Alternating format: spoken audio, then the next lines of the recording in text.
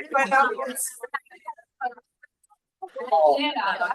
name is Carmelina, and I work in the cultural program here at COASIT. I'd like to begin this evening by inviting you to join me in acknowledging the people of the Kulin Nation, the traditional custodians of the land on which we meet today. I pay respect to their elders past and present, and I extend that respect to Aboriginal and Torres Strait Islander peoples here today. It is a true pleasure to welcome you all here this evening to the launch of Stories from the Other Side by Ascolta Women.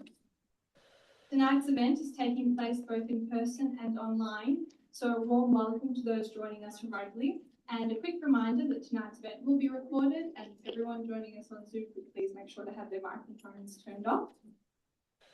This group of talented writers has a special place in our hearts, as it was here at COASIT that the seeds of Ascolta Women were first planted. Born from a writing workshop that brought together a group of creative women eager to explore and document their experiences. 5 years and 5 anthologies later, Ascolta Women has grown into a vibrant international collective spanning Australia, London, and now Canada. A true testament to their talent and to the power of women's voices. Their latest anthology, Stories from the Other Side, continues this tradition, inviting us to reflect on migration, memory, and identity through diverse perspectives. It also brings the group full circle, echoing their first anthology, Stories from the Inside, written during the depths of the COVID pandemic. Amplifying women's voices is important year-round, and tonight serves as a powerful reminder of why that matters. As we gather on the eve of International Women's Day, we not only celebrate women's voices, but we also reaffirm the importance of listening, learning, and making space for their experiences. With that in mind, we are privileged this evening to have with us the lovely members of Ascolta Women from across the country, along with 2 distinguished guests, Dr. Rose Wake from Monash University as our guest presenter, and the Italian Consul-General, Chiara, Mauri, whose continued support in community initiatives such as this are deeply appreciated. Without further ado, it is my pleasure to introduce the co-founder of Ascolta Women, Teresa Capetola, to begin tonight proceedings.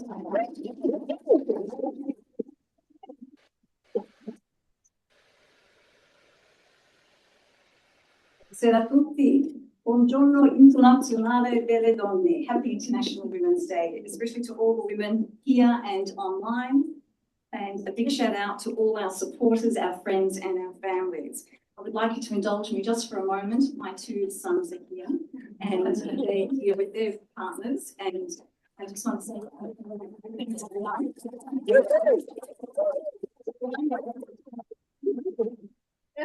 love you so much.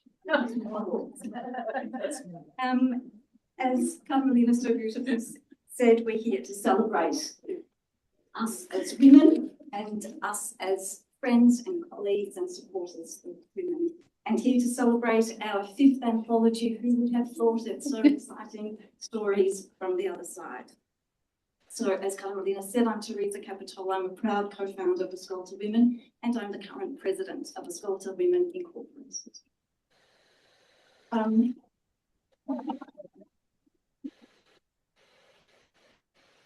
Carmelina, for your acknowledgement of country, I too would like to express my appreciation to our First Nations people for their enduring connection to land, to waterways, to seas, all which sustain us here and across all sides of Australia. Our gratitude to Carmelina and to Paolo Baracchi, Paolo at the back, of course, hiding away. Ascolta has grown from your nurturing care.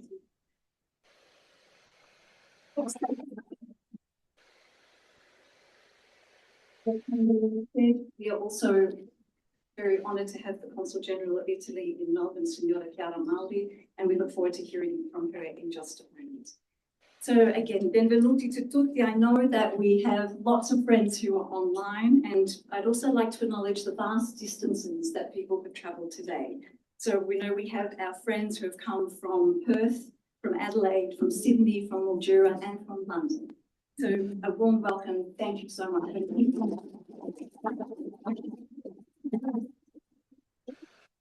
So this evening we are here for this joyous occasion and to celebrate Ascolta Women's milestones. So every 2 weeks we meet online, we create, we talk, we listen, we ascolta to each other. And after lots and lots of work, we put together and we produce images and words. We assert our creativity, because we assert our critical thinking, our thoughtful expressions of who we are and how we engage in the world and how we can express our valuable and our unique voices. And it comes out in the beautiful anthology that you're holding in your hands today. As Carmelina said, we commenced in 2020 at a forum here on Friday the 13th at COASIT. 3 days later, we went into extensive lockdown for almost 2 years. In 2021, we produced stories from the inside. All the books are available at the back and you'll be able to see them. And in those stories, we talked about who we are on the inside as we were in our kitchens, in our bedrooms, in our home offices. Who are we? How do we reach each other? How do we think about home when our parents, our grandparents have moved from other sides of the world to here? Who are we and how do we stay connected? In 2022, we wrote, of course, about food in stories from Lolicato. But as you can see from our book cover, we have a smashed plate of pasta.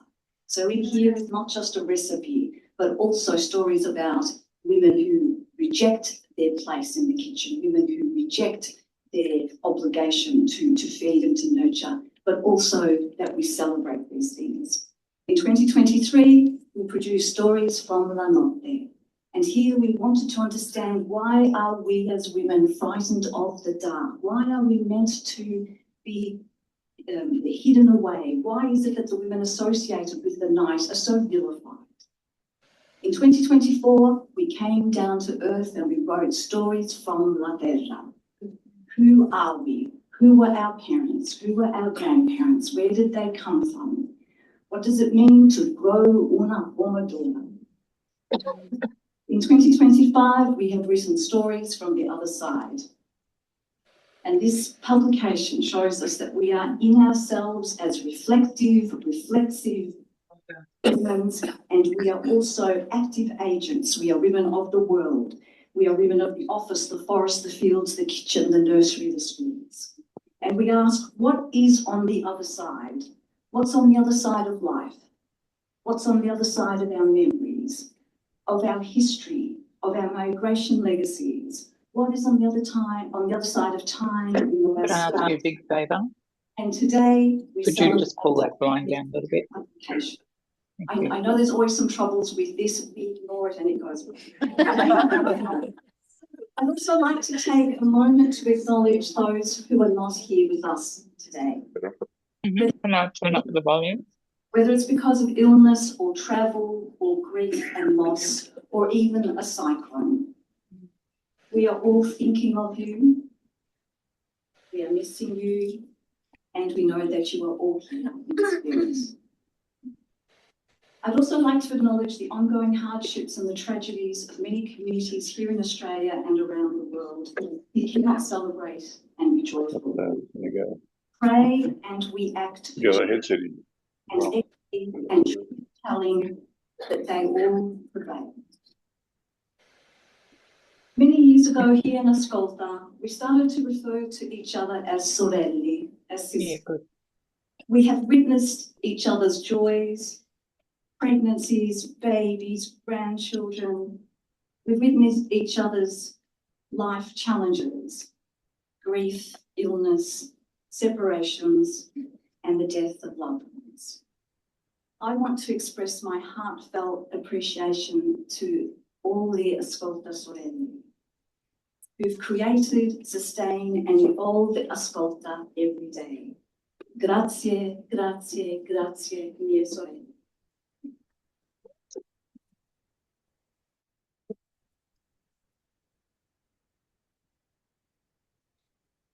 Lots to talk about, lots to do today, as you can see from our program here. But right now it is my great pleasure and my honour to introduce the Consul-General of Italy in Melbourne, La Signora Chiara Mauri, who will speak to us today on this celebratory day of International Women's Day. Grazie.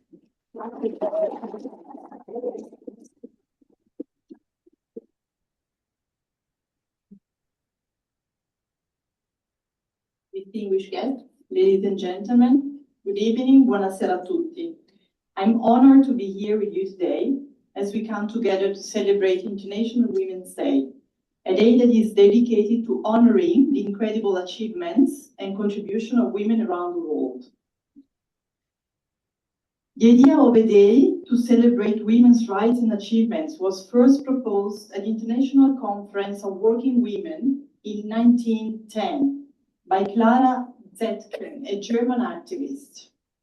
Her vision was to create a day that would promote women's rights and highlight the struggles that women were facing in the workplace and society. The first official celebration of International Women's Day took place in 1911 in Austria, Denmark, Germany, and Switzerland.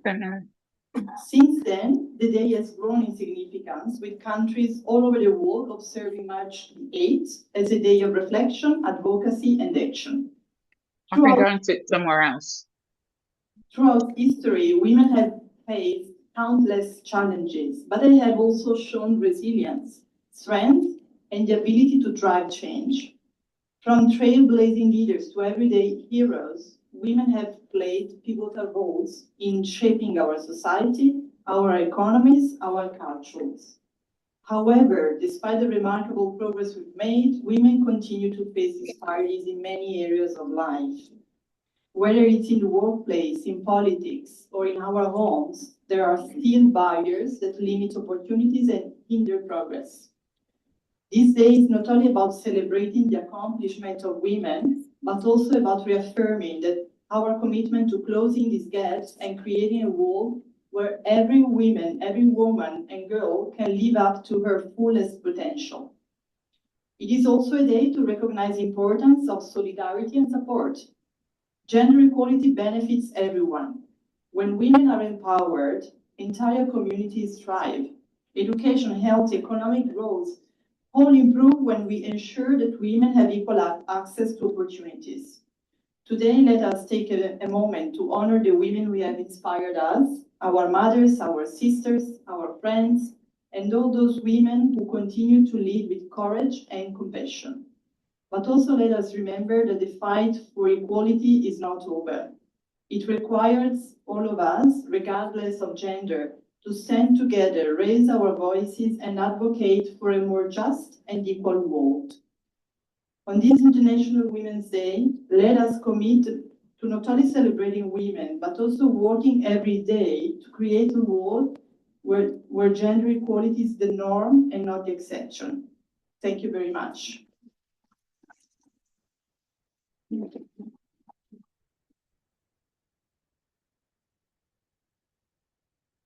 anyone is taking photos, now is a great time.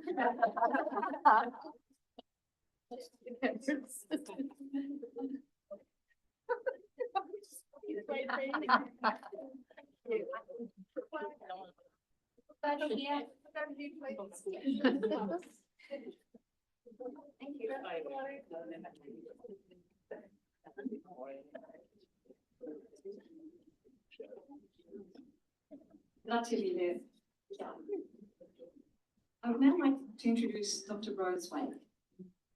Dr. Rose Wake is an academic at Monash University.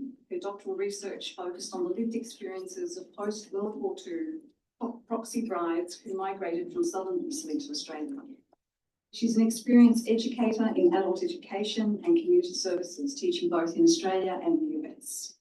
As a committed feminist researcher, she contributes women's voices and their experiences as forefront to current academic literature.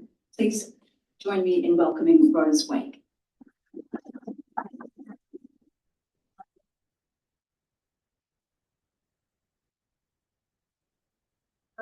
Welcome all. I am truly honoured to be invited here to speak at the launch of the Ascolta fifth anthology, Stories from the Other Side. As a daughter of immigrant parents from southern Italy, I was moved by this evocative collection of stories and poetry. Oh, sorry. Thank you. I was moved by this evocative collection of stories and poetry. They are excellent contributions of emotionally charged prose that propelled my memory back into my family history. They prompted me to look through several metaphorical mirrors as I reflected on similar scenarios which I experienced growing up as a cultural hybrid. My cultural hybridity has served me well as a researcher, focusing on transnational proxy brides. My mother was a proxy bride. She did not know my father and travelled 6 weeks by ship to Australia to commence her new life as his wife. For my doctoral thesis, I used autoethnography as a transformative research approach and as a vehicle for self-exploration of the phenomenon and complexities of being a proxy bride, whilst examining the impact on my life as an Australian-born daughter. My research also identified that autoethnography as a qualitative research method was relevant for education in the areas of migration, hybridity, identity negotiation, liminality, feminist studies, and diaspora. I focused on understanding the female aspect of cultural transmission, engaging the complexities of intergenerational ethnic identity and life construction, which in turn impacts social history. In my thesis, I too had stories from the other side, highlighting the significance of liminality and third space, which was central to my existence as a cultural hybrid. I see threads of my research throughout this collection.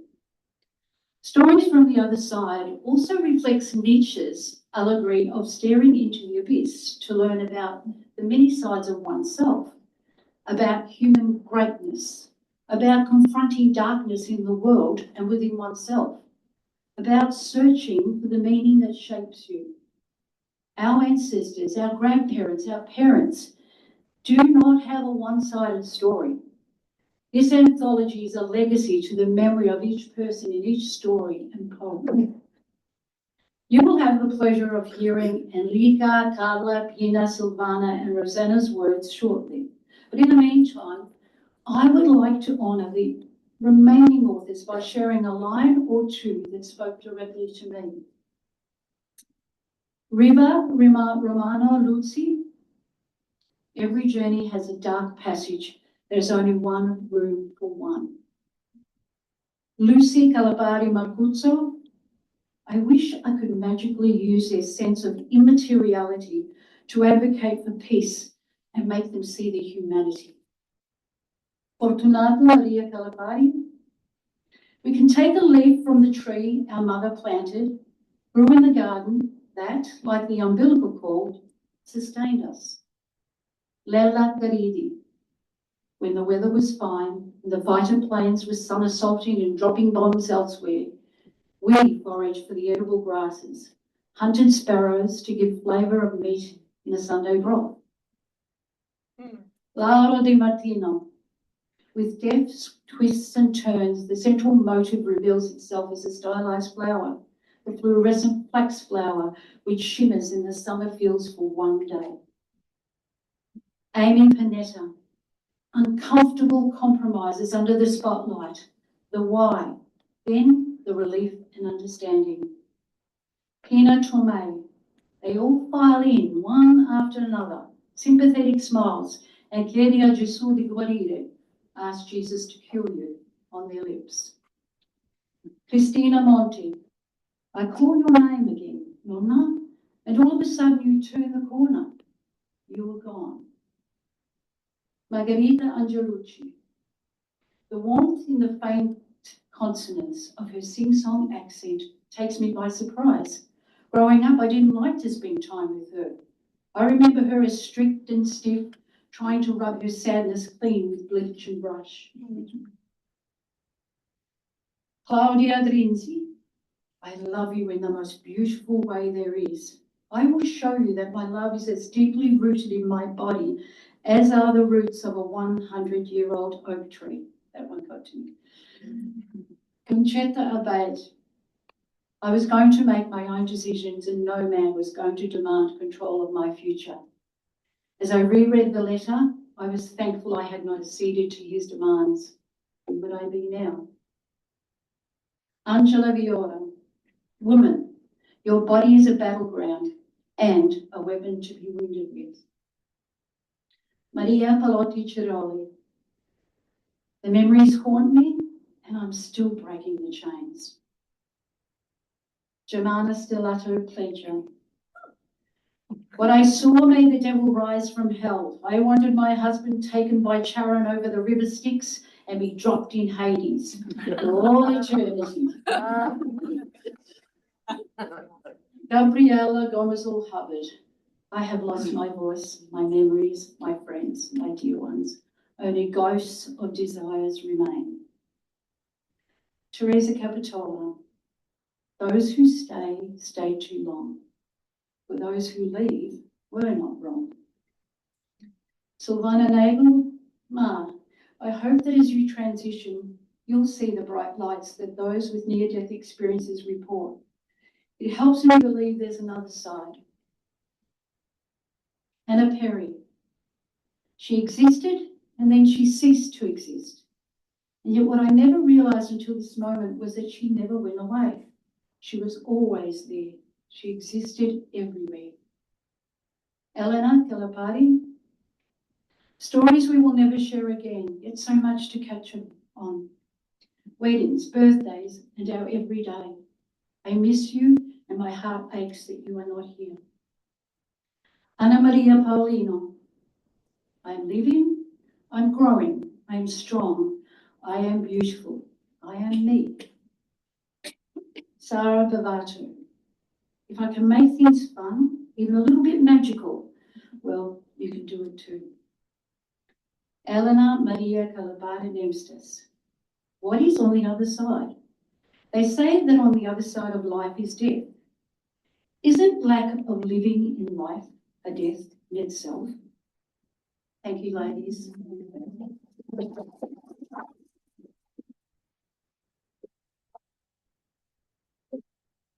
I've come to know the work of the Ascolta Women closely because of their contributions to the book that I'm a curator and co-editor. It's titled Women of the Diaspora, Generational Transformations. In this book, we have 3 chapters written by these truly talented writers, the Ascolta Women, Teresa Capetola, and Maria Callipari. So thank you, ladies. Can't wait for the book. And finally, this anthology is a testament to the rich history and reflections of lived experiences that must be shared. Congratulations to the Ascolta Women for producing another fine text. Thank you.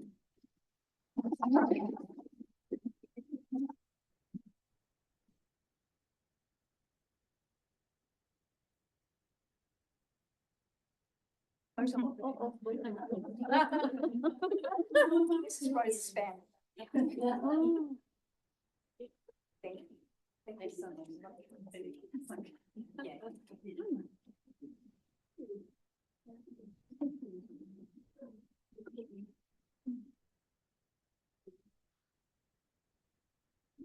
Now I'd like to call Elena Callipari, who's the Secretary of Ascolta Women Inc, and she will update us on all our wonderful scenes.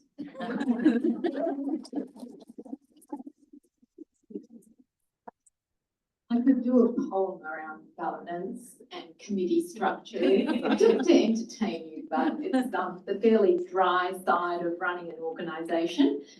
I'm very proud that last year, or rather in 2023, we incorporated Ascolta Women to become Ascolta Women Incorporated, and we have a committee of very dedicated, hardworking colleagues. We have policies, we have processes, we have practices, and we're going from strength to strength, as we should on International Women's Day. And I guess last year was the first year we opened our membership, and I guess that's given us a budget. So, you know, we're very proud to have seen, I guess, a year of staying in the black, not the red. And this year we've just finished our campaign for another round of memberships. Oh, so yes, you can join. That just happened, by the way. I didn't press anything. So you can join for $25 for the year. That entitles you to come along to our fortnightly creative writing sessions. We also do creative art and, workshops on weekends and, just generally, I guess, explore our creative side. You can make a donation if you prefer, or you can just be one of our friends. So do email us at ascoltawomen@gmail.com. But we have got about 60 members so far, and the organisation is thriving. And I just want to call out that half of my family are here, all these beautiful women from Mildura who made the trip. And, I want to inspire them to do wonderful things. I think the theme for International Women's Day this year is, marching toward action. Well, we need to do more action around gender equity, around fabulous women in sport, around all sorts of recognition for, fabulous things that ladies do that don't get recognised. Port Douglas. Oh, Jordana, yes. My niece is here, studying at Melbourne, not Melbourne Uni, at Australian Catholic Uni from Port Douglas. There you go.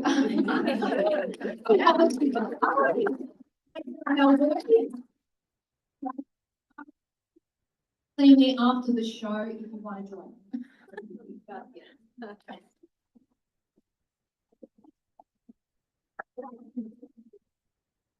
Thank you so much, Elena. The gorgeous photo that you can see here is taken in Lygon Street, which is down the road in 1971. This photo is of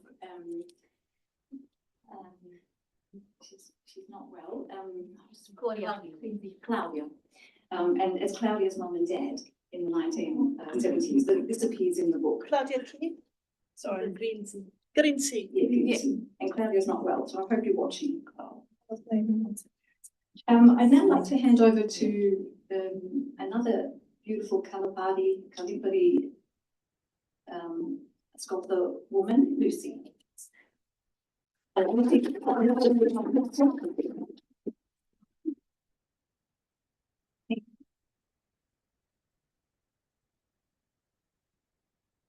Yes, and if you're thinking there are a lot of Calliparis in Ascolta, you would be correct. We don't apologise for that either.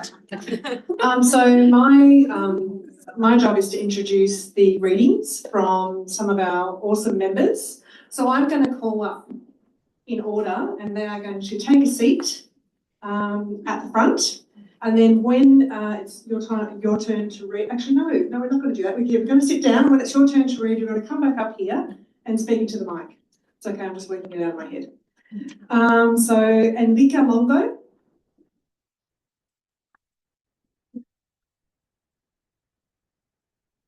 Pina Tomay.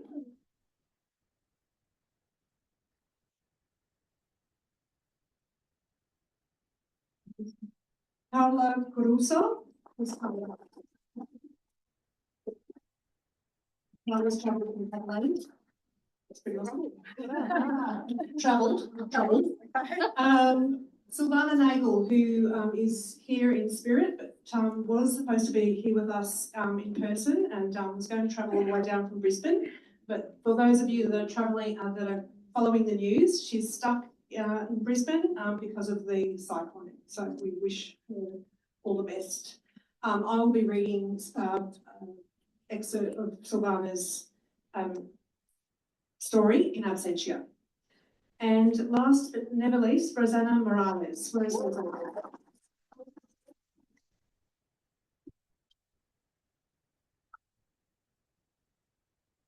So, Enrica, would you like to come up to the mic? Thank you.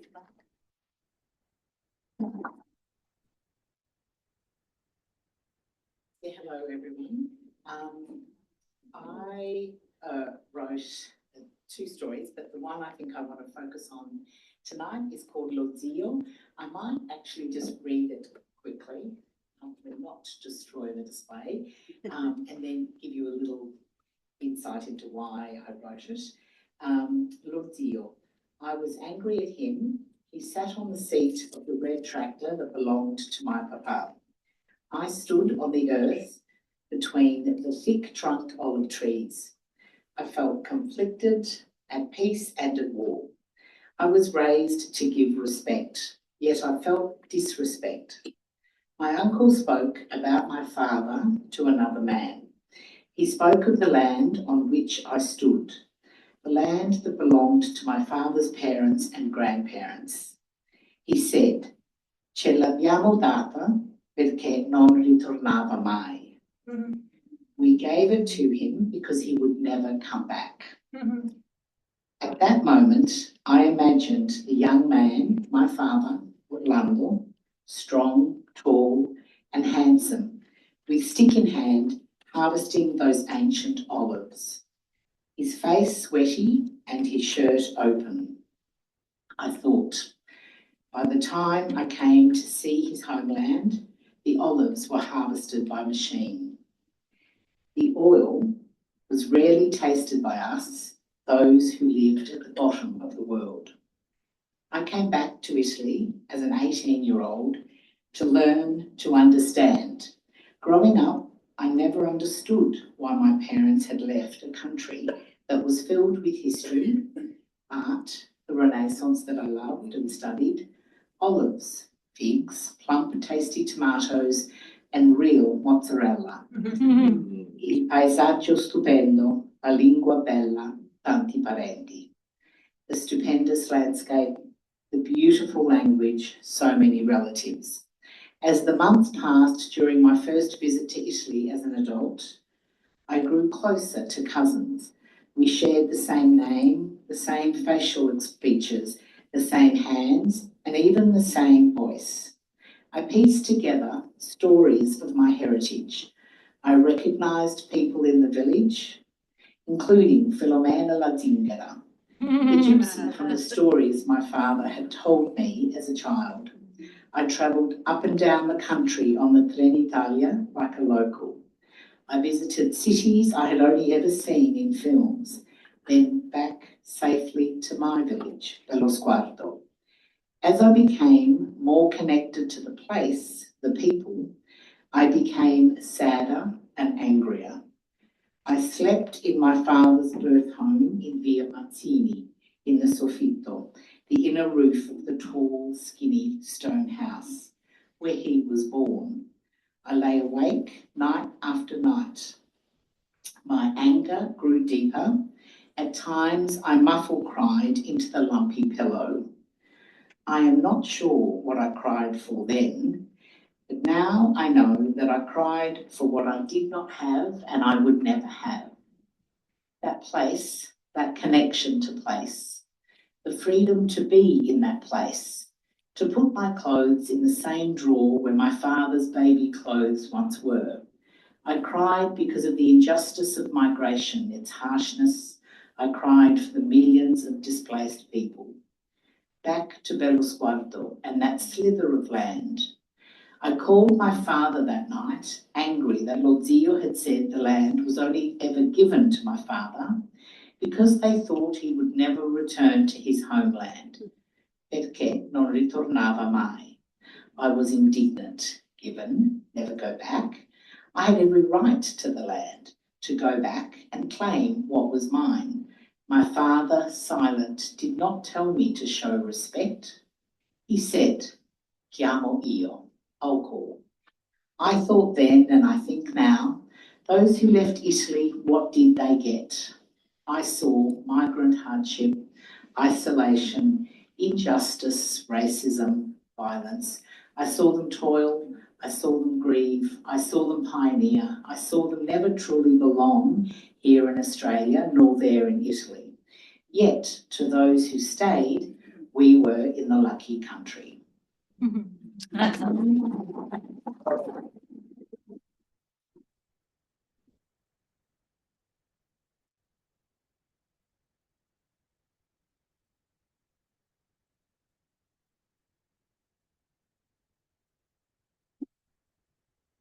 My story is much like that lived by or heard about by some of you here tonight. I came to Ascolta by a longish journey that started in faraway Postiglione, a small mountain village in the Campania region. The youngest of 10 children in a familia contadina, a farming family. The family cultivated the land and tended to the animals that helped with the farming. There was enough, and sometimes some produce to sell: castagne, olive, or olio. Life, as I remember it, followed the seasons, punctuated by stories of the war, briganti, the outlaws, and immigration, often told at night sitting in front of the fire. By the time I lost my father, I was 6. 2 sisters and a brother were already in Australia, and 2 were married with children and lived elsewhere. Sorry about that. I think I'm changing. Okay, so 2 of them were married and living elsewhere initially. So with Dad's passing, there was no real choice. Mum and her 5 children headed to Australia, where another adventure awaited. Memories were kept alive by Mum's insistence of me speaking only Italian, rather dialetto postiglionese at home, and me having to attend Saturday morning Italian school, which I hated. In Australia, the practice of talking about things continued each night over meals, but the TV took over our fireplace. I always felt a close link with my peers and the stories I had listened to as a child. At various moments in my life, they would resurface and I would relive them. One such occasion was during COVID. The monotony of lockdown gave way to reflection, especially on past sufferings and attitudes as described in the following passage. I believe that these feelings and responses are universal. I'll read a little bit from the passage that's in the book. Melbourne, lockdown day whenever. Breakfast is over, washing up and laundry well on the way, various members of the family ensconced in their own private workspace, and I automatically sit in front of the TV, ready for the daily briefing. It starts and I immediately tune out. A light breeze catches the curtain, gently moving it to and fro. The morning sunlight dappled by the tree's shadow and the frolicking curtains. The movement transports me to another room, another time, thousands of kilometres away, my ancestral home in Postiglione, Italy. The room is filled with light, a white, blinding light, and I, a slip of a 3-year-old, have been given the rare privilege of sleeping in the double bed. A huge brown bedhead overseen by Cuore di Gesù, the Sacred Heart of Jesus. Prega Gesù, vedi che ti guarirà. Pray to Jesus, you'll see he'll cure you. They all say one after another. Mother, sister number 1, Raffaellina, sister number 2, Evelina, sister number 3, Rosetta, brother number 1, Mario, brother number 2, Mimi, aunties, zia Antonietta, zia Maria, zia Vittoria, zia Domenica, zia Assunta, uncle, zio Pasquale, zio Sabato, zio Giovanni. They all fall in one after another, sympathetic smiles and a chiede a Gesù di guarire, ask Jesus to cure you on their lips.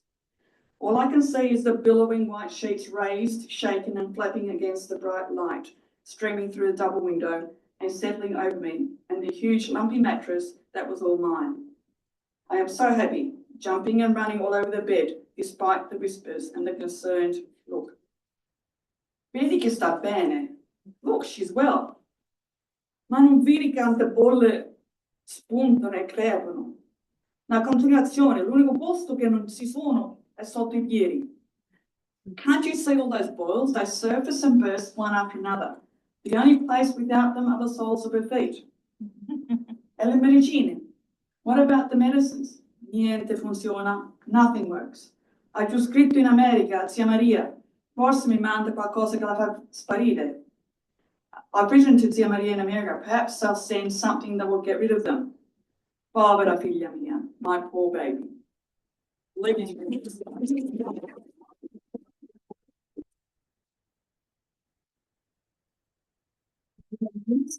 Thank you, Enrica. Thank you, Pina. I'd now like to call up Carla, who can come up with Carla.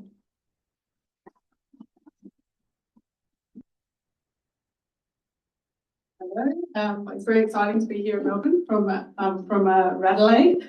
Don't hold that against me. I am looking at, my title is The Grass is Greener. That's the other side I decided to go with for my piece. I don't know if you've ever had a case of the grass is greener? I certainly have. So I'll just read out a little bit of my story. Okay. So I've spent a good chunk of my life thinking that the grass was greener on the other side. More lustrous, more vibrant, more cushiony. It's a special skill, I tell you. I recall one Saturday afternoon in my 20s, I'm not 20 anymore, waiting to go inside a Catholic church for a cousin's wedding. I have a lot of cugini. My dad's one of 10, which doesn't actually seem like a big number in this crowd, but anyway. There was a crossover of ceremonies. The guests from the last wedding were still thronging around the church steps. And I remember looking at the other wedding's guests with their designer shoes and their manicured hair and their gloss, and back at my own relatives, and wondering why I couldn't be part of that other Italian family. In that moment, I didn't appreciate the unique characters and strong personalities that make up my own extended family. I didn't appreciate all the memories that they've been part of, from the festive gatherings to the funerals, which have helped to make up the fabric of my life. I didn't appreciate the family history that I was privy to, from the riffs to the fable stories that comes from knowing people your whole life. Sometimes that grass is greener mentality has been even closer to home. My mum grew up with a very Catholic traditional mother, so she went in the other direction with us.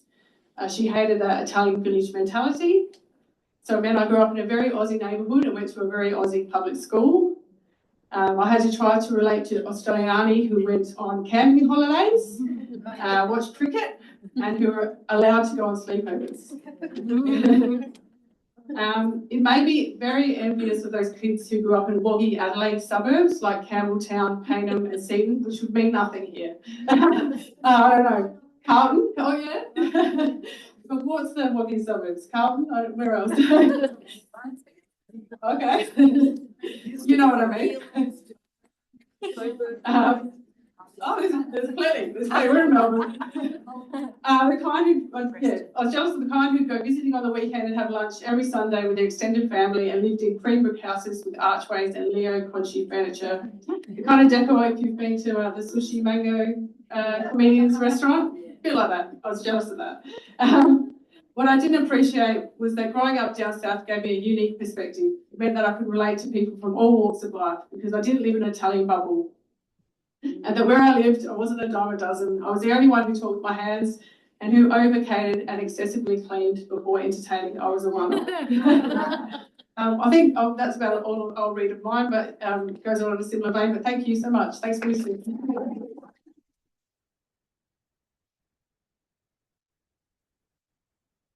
Thank you, Carla. If you'd like to read the rest of Carla's story, you'll have to purchase a copy of it's now my go. I'm speaking on behalf of Silvana Nagl, so I'm just going to launch into Silvana's story.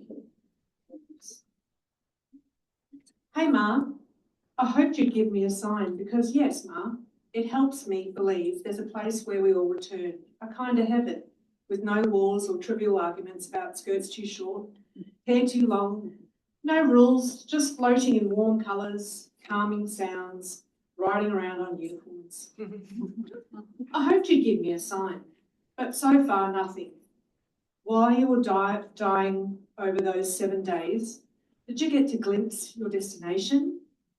Perhaps you drifted in and out, back and forth, over there but then drawn back when someone called your name. I've heard that loved ones who have passed come to hold our spiritual hand, accompanying us on the journey home. Who was it for you, Ma? I'm sure it wasn't your mother, my nonna, una regina dei ghiacchi, an ice queen.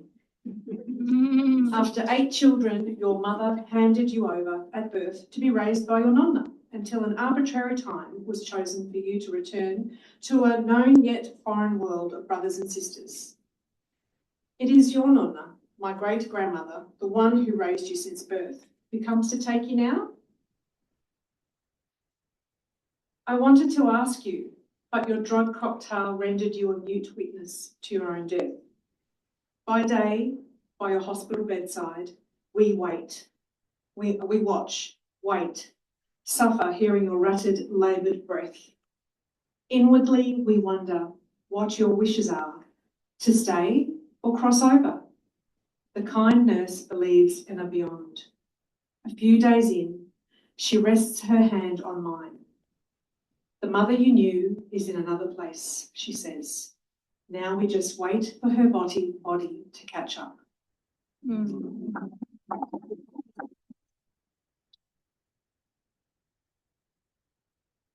One that beautiful story, and again, I've only read an excerpt from that beautiful story. I'd now like to call Rosanna Morales up to the mic.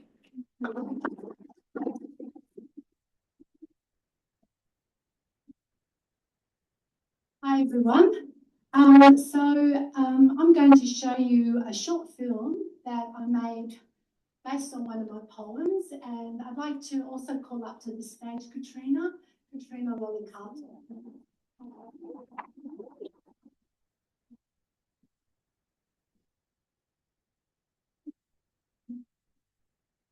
Thanks for the warning.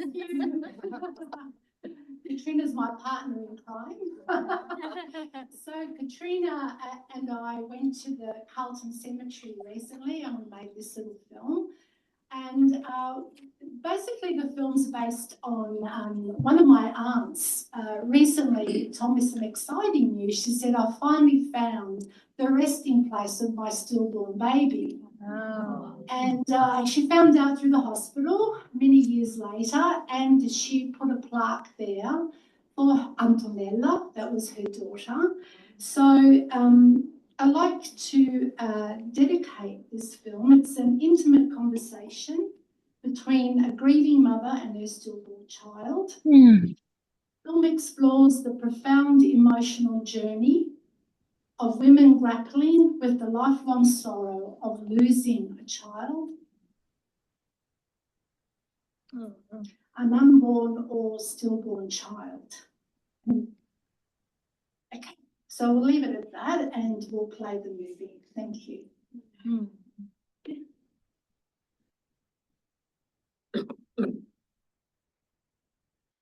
It's in Sicilian with subtitles.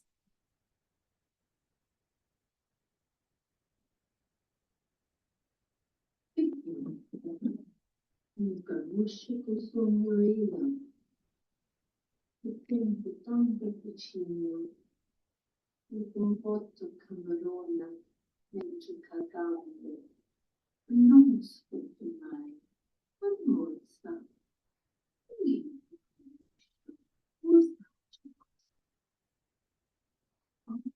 torna la tua voce in mente, da voce che era tutta un'amicizia, da voce dalla bocca di sorelle era mia, ma quando caduta, cantando le canzoni belle, cine, la menina, quando era luce di via.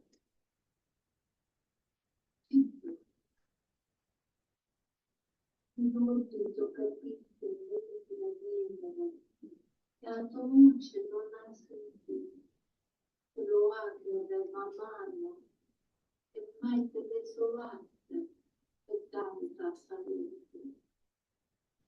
Non sa, ma cosa sono questi saperi? Tutti quanti preati nelle ciance, e giusta, al suo fine delle lente, e davanti, non sa. Faccio camostra malatarame, esiste, cominciamo il Signore, ma non piangere prima, non sono sola, ci sono tante tante compagne mie, coltivano, la salutiamo, giocavo a pallone, giusta. Pensa a tutte le persone che non tenessero, in queste neve che non ti così, giocattolo che non ti cantare, e storie che non ti ricordare. Penso che fossero donne quando ritorno a paradiso, e tutti mi capita tutto con una scocca a farfalla, e studa come una bambina. Penso che non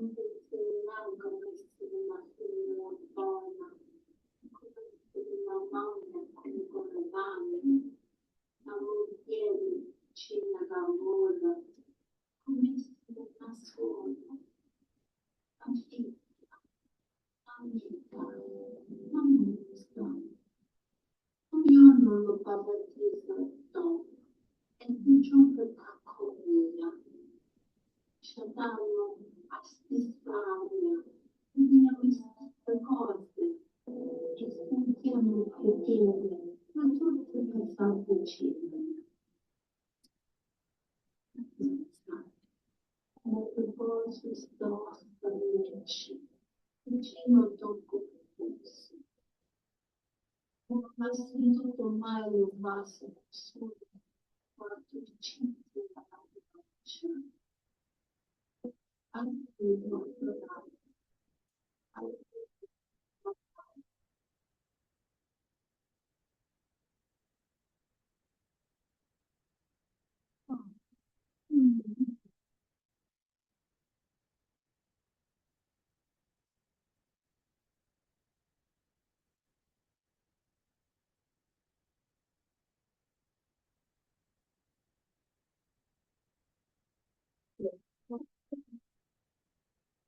Thank you, Rosanna and Katrina. That was just absolutely amazing. And there's a QR code in the book that you can access that film.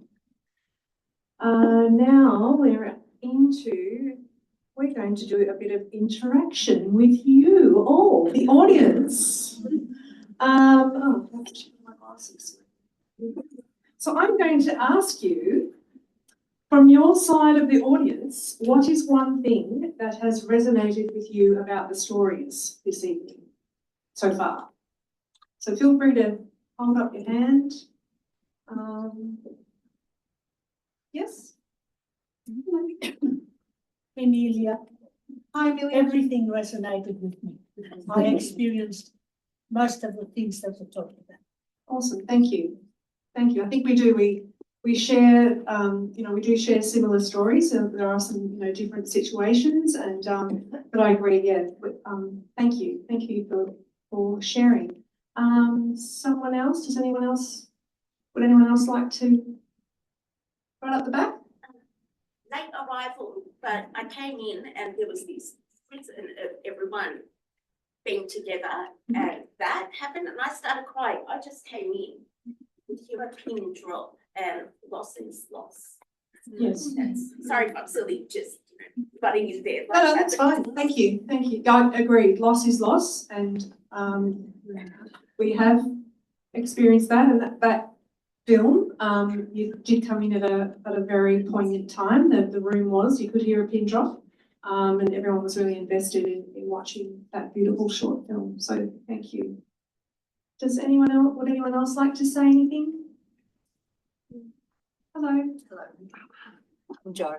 I think it's the shared experience of a lot of first or second generation kids of migrants or who were brought over here at young ages, that experience of, even though we're so Australian, not really belonging 100%, because our names were always different, we always looked different, we ate different. It's really, it's actually really nice to hear that other people experienced all that as well, and I think that's what I take away from coming together with, the women from Ascolta and everyone here, that we all have experienced some form of that belonging and not belonging because our families were from somewhere else and they never let go of where they were from. And so we were never able to really be just here. We're always somewhere else.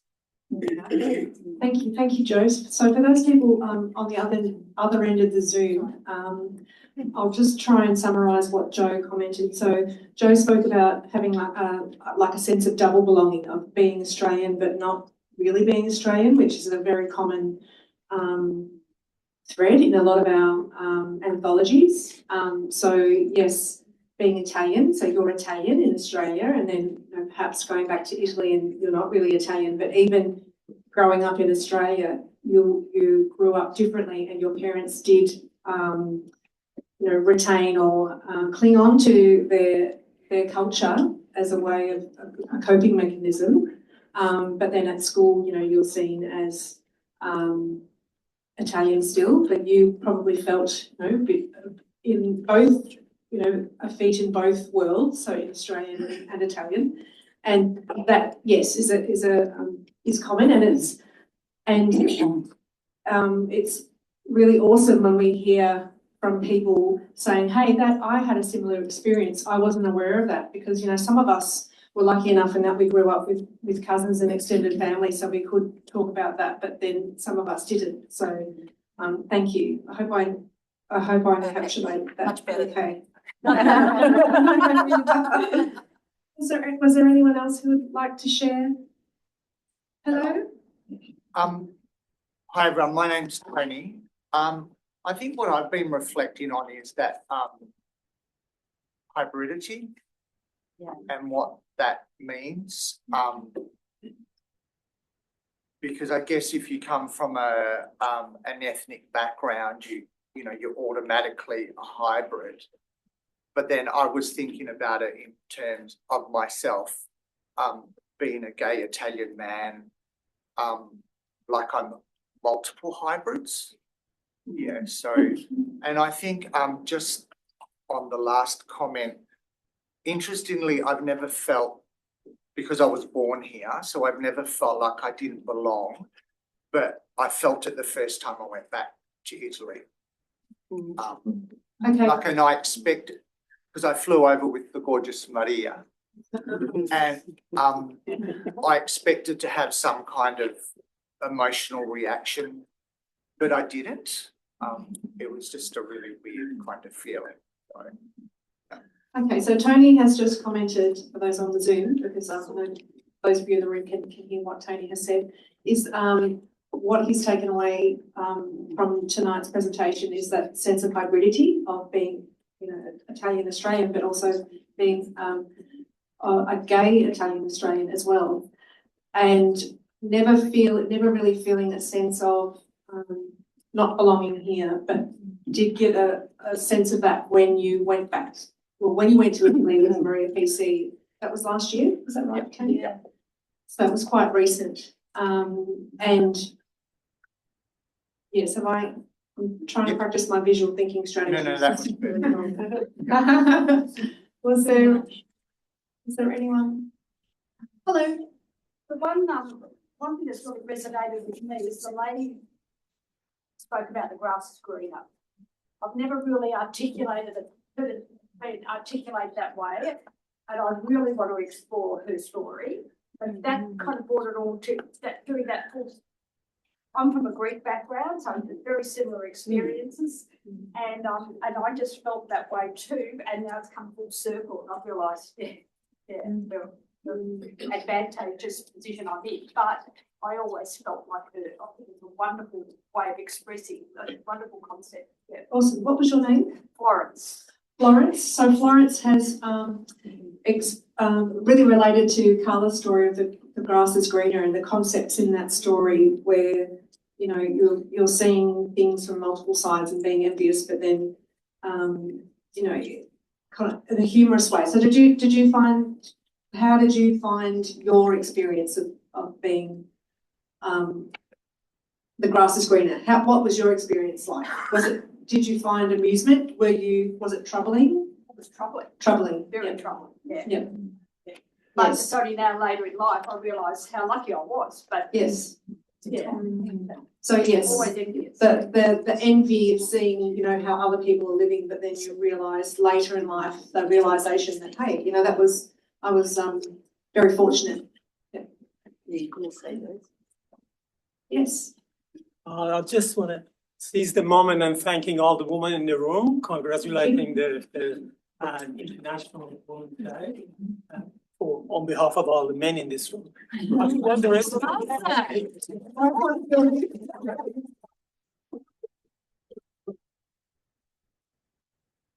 actually resonate with me hearing all those lovely stories about me being a migrant myself. I'm not from Italy. But I came in mid-80s, and I was obviously, as we all know, as a migrant, you go through the tendency, highs and lows. You're excited about new country, all the facilities and all the opportunities in life, and yet you know that there's a big loss in your life, that you lost your family and friends and country as a whole coming to Australia. But one thing resonates with me with these lovely stories I heard, that sense of togetherness, that sense of resilience for all these ladies and men and women all together.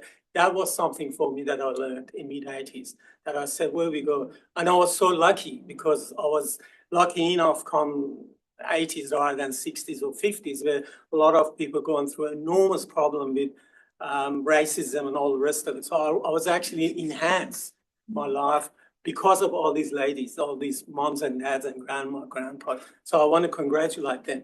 And just saying that the story that Italian people gone through is not just unique to Italian. People all over the world will come here with lots of aspiration, and yet they go through highs and lows in life. And I really want to take responsibility that I should be doing something similar, telling my story when I get a chance. And because the next generation, next migrant will actually learn from what I have gone through and then look for a better life in Australia as well. Thank you. What was your name? My name is Mustafa. Mustafa, thank you very much. And so Mustafa thanks all of the women in the room and basically thinks what we are doing is pretty awesome, Ascolta, but all of the women, because, you know, we are awesome. And also spoke about the universal experience of being a migrant. And even though our stories are rooted in the Italian culture, because they are what we know, so we write about what we know, there are many other migrants and many other nationalities who have experienced racism and have had to come to Australia to forge their own paths and to become Australian because as well. Sorry, I just put that in there. And you were inspired to write your own story, which I hope we read your story soon. So we would like to hear from you, and you can always join as a friend. So and keep us informed. Have I left anything out? No. What have I left? I'm really trying hard to practice my visual thinking strategies. It's a thing. It's a thing. But the racism isn't now what it was. Yes. And this earlier generation faced it. I think that's a really significant difference.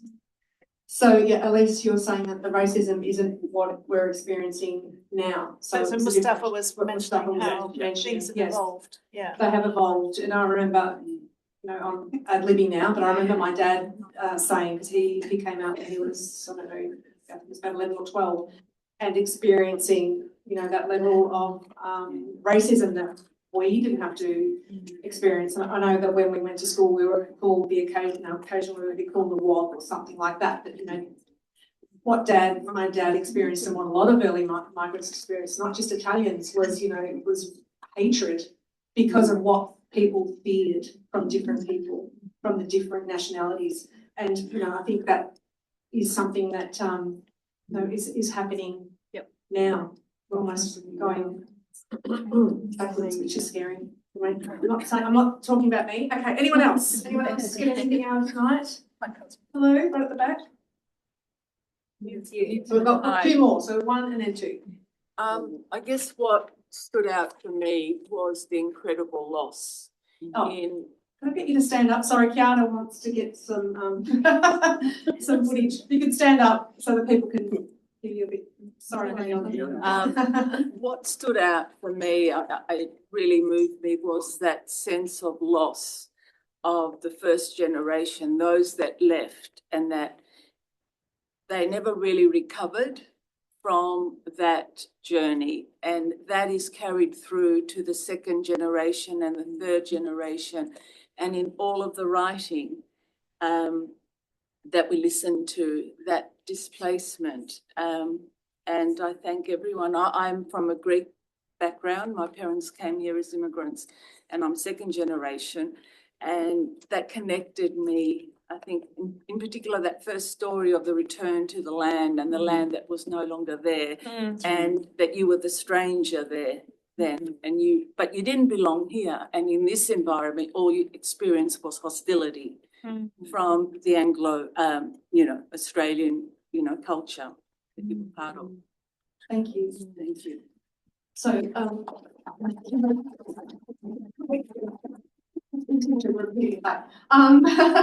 but yes, so that sense of displacement and from the first, second, third generation and almost becoming like a intergenerational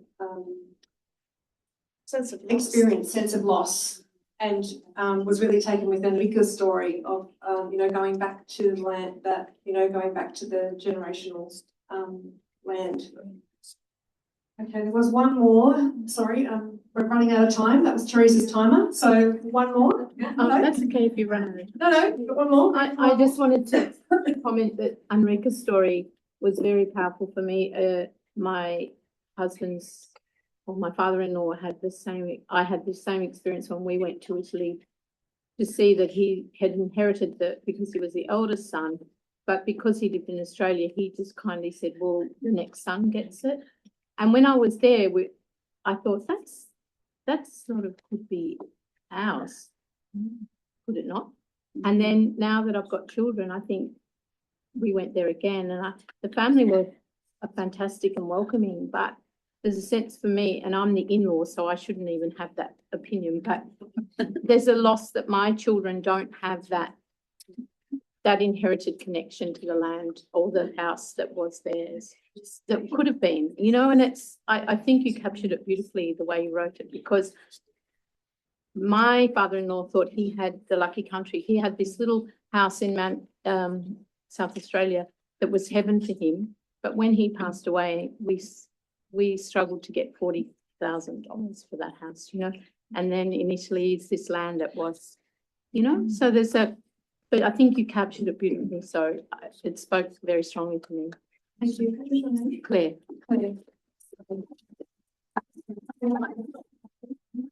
Claire shared her husband's story, and that her father-in-law had a similar experience to Enrica's story, in that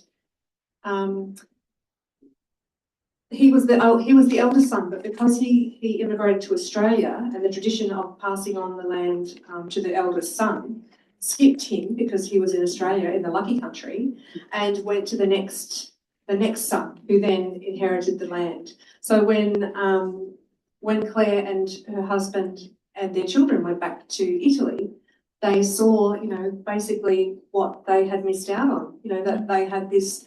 It was, it could have been an ancestral home for them, a piece of land, but more so than that, and almost feeling, well, it is feeling a sense of loss because you've lost that for your children. Thank you for sharing.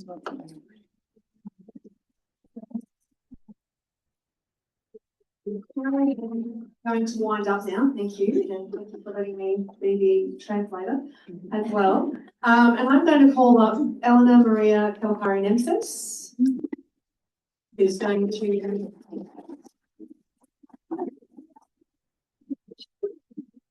next week.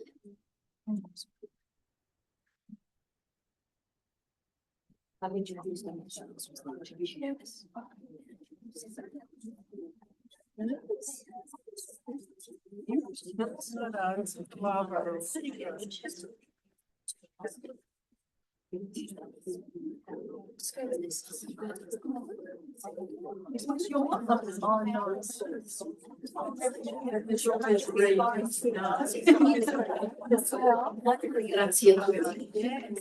We've got a very special little treat for you this evening. Okay, so we've got Fortunata Callipari coming in to do the big come through, and I can speak about you while you're ready. So Fortunata and I grew up in Juru. We are Kajini. There's a couple of us that are Kajini. I know you can appreciate that. My sister Josie is mentioned in this story. However, Fortunata has changed her name to protect her identity. Now you know who she is. The written piece is titled Me, Myself, I, up, down, yin, yang, black, white. The other side, it shows that our desire for want, the more is what brings us to unbalance or balance, whatever that is. And the writing prompt was provided by Chiara and Ascoltessa over there taking photos, based in Melbourne. Fortunata will interpret this prompt tonight. Thank you.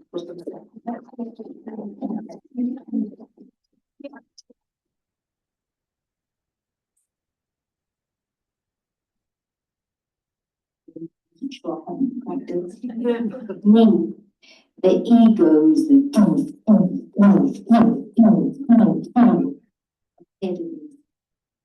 chase the feeling of wanting more.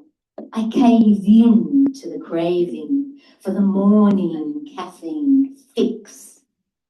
All is well within myself. Myself. I put myself on the top shelf now. Once upon a time, I was in the cupboard with the door closed. Now I sit loudly and proudly on the top. Like the accolades of medallions and trophies and gold nuggets that sing my praises, solid, purposeful, smiling. Top shelf, mate. Lift my chest, I pull my shoulders back, the head floats, flaunt it, flaunt it, flaunt the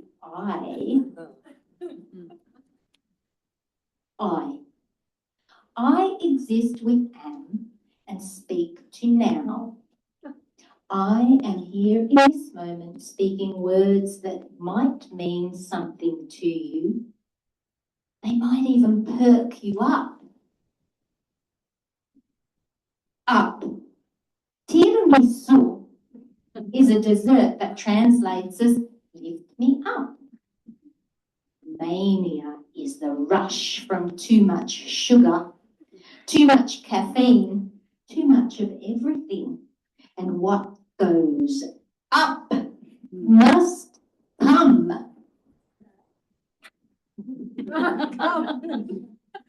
Down. Down is the feeling of deflation. Gravity pulls us to be grounded. Silence soothes and stillness and blanket of night. I practice prana. I sit in the darkness before the dawn and yawn towards the yin. Yin. I went to see a doctor, a Chinese doctor who gave me herbs to boil. And when I drank them, I was dry reaching, just couldn't take them. So I probably became even more unbalanced. Yin meridians are heart, spleen, lungs, kidneys, and liver. Yang. He also stuck needles into my meridians like a pin cushion to mend the flow of energy. Yang meridians are small intestines, stomach, large intestines, urinary bladder, and gallbladder. Acupuncture enhances the herbs, all those tiny pinpricks releasing tension from wincy pores like air seething from a punctured tire.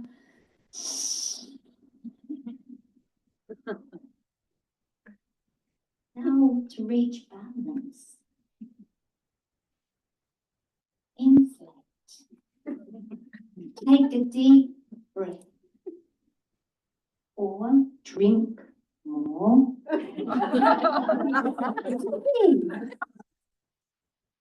I asked him, have you ever accidentally forgotten to remove a needle, given that I had 20 pinning me down?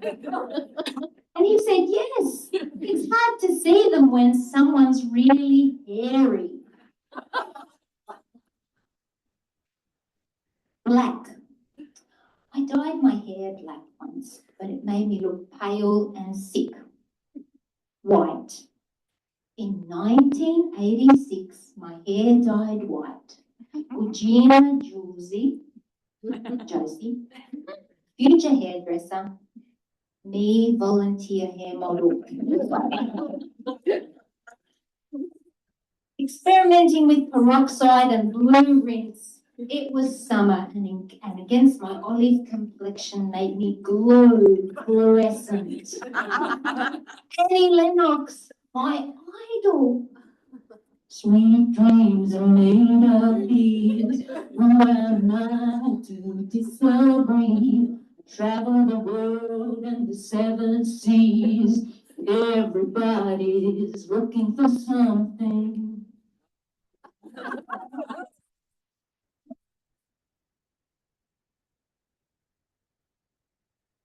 It's true, blondes do have more fun. The other side. Across the other side of the road to get to the market. And crossing the road is part of my routine, my small way of taming climate change. I take my shopping trolley wheels instead of the mags. That side of the road used to be peppered with market gardens in the 1960s. Now it's an urban metropolis for those who choose trendy inner city living. Instead of a creek flowing along the boundary, the lines are marked with railway tracks and tributaries that flow to the city centre of intersecting routes. Through central stations and out again, framing the freeways. Passengers transcend to unburden minds towards the green wedge. It seems easier to breathe when I get to the other side.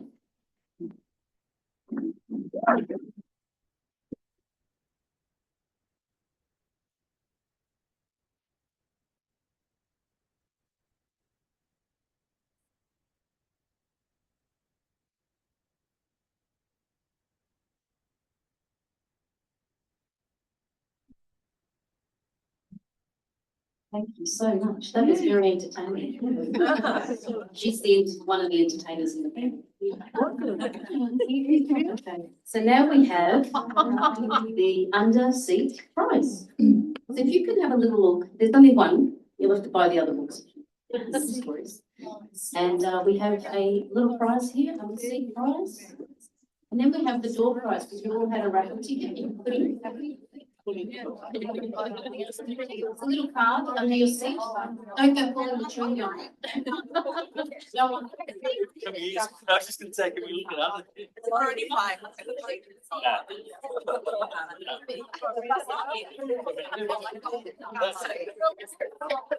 An Ascolta card. Got a winner? Somebody else. Oh, come over.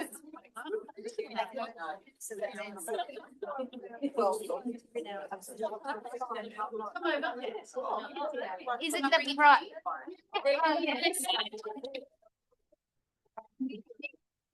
You can start down here. What's your name? Rose. Rose. So thank you, Rose. Can you give us one word of how you felt tonight? Oh, I loved everything. I was inspired by everything. Thank you. Thank you. Now we've got a door prize as well. Thank you, Rose. So the door prize, we might get a choose the winner. So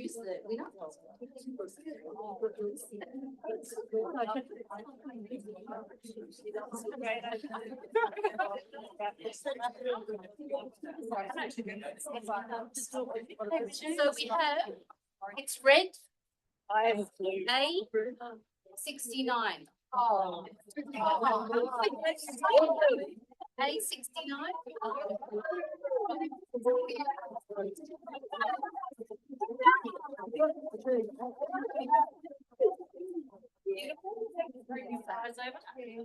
So you win a current copy.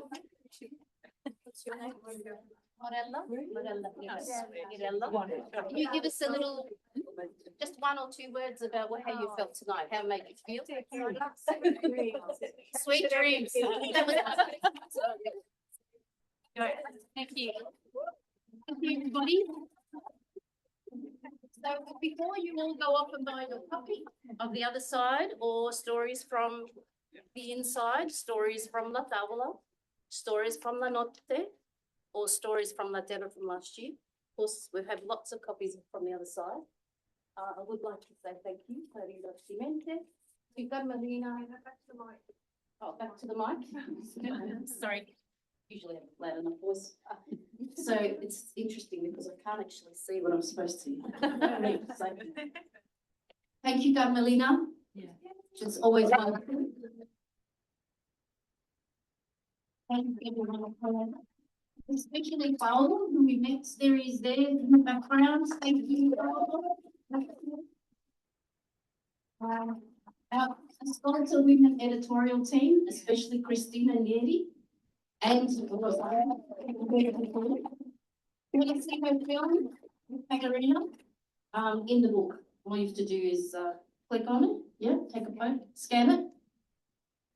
We're becoming very tech savvy. Elise Balmoravita and Anna Maria Deloso. That's it. We have brothers. Thank you very much, ladies, for being here and for inspiring us every year. They kind of push us along with some inspiration and gets us through to next year. Thank you so much. Our family and friends for helping, especially with the launch. We have lots of family here tonight, so thank you very much for being here. And hopefully you all become our friends in one way or another, so thank you so much. Ascolta Women Inc. executive members and friends, thank you, Teresa, who has brought us to this point. I'm getting chills now because without Teresa's vision in the beginning, we wouldn't have Ascolta for 5 years now. Yes. This is our 5th book, so yeah.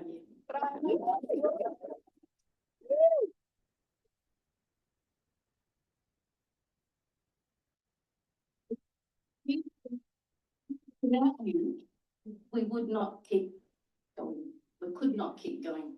In order to be viable, of course, we all volunteer our time and efforts, free of cost. So this book is developed, researched, organised, delivered to you by hand to buy so that we can then make the next one. Okay, I think I'm dropping out, might be getting a wind up. So please, if you haven't already bought a book, feel free to go and buy one. If you'd like to order any others. And our last page, it's with a heavy heart, of course, and you can see that the heart is it's very paramount in all of our work. Our next book will probably feature that quite a bit. But the dedication in our book From the Other Side is to the women who see all the sides, to all the sides of women, in memory of our sweet Bella, cara sorella, Daniela Zenoni. Thank you so much for being here.